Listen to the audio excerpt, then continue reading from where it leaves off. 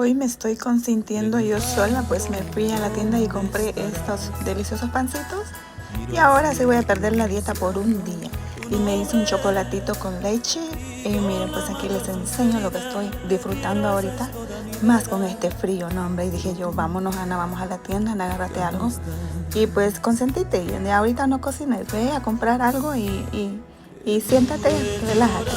Y aquí estoy, chicos, les estoy compartiendo, chicos, amigos y amigas, aquí les comparto, pues. Espero ustedes la estén pasando súper bien también. Y cuéntenme si hacen lo mismo que yo alguna vez o díganme algo. Bye, cuídense mucho, les quiero mucho, bye bye.